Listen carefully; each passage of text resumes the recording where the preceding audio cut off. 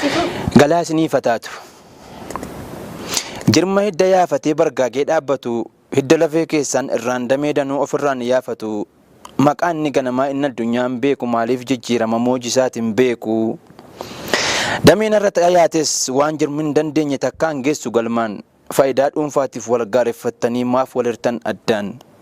Dhibee durii irratti inni keessanii immoo dhibee nuuf dabalee akka jechuun buraa maaf addaan fifiigdanan waan san wallaalee.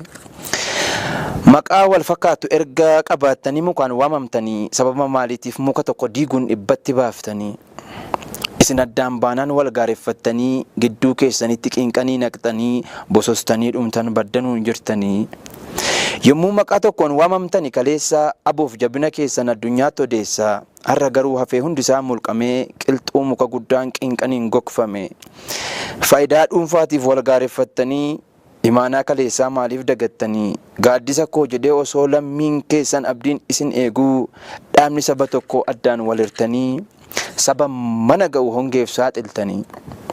Walii keessan gidduutti shira dhuman qabne xibaara xibaartu. Maqaa wal faattanii kootu kee caalaatti fuuldura diinaatti maaliif wal abaartu. Maal arga dhaloonni biqilaan ol dhufu isa kamiin duukaa deemsa isaatti hafufu.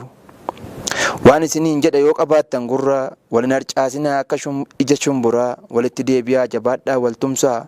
Dhaaba Oromoof ta'u tokkummaadhaan cimsaa akka jirbiin waliin jabaattee arba hiitu.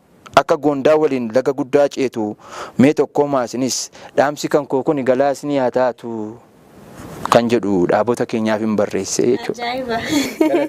Egaa tokkummaan humnadha.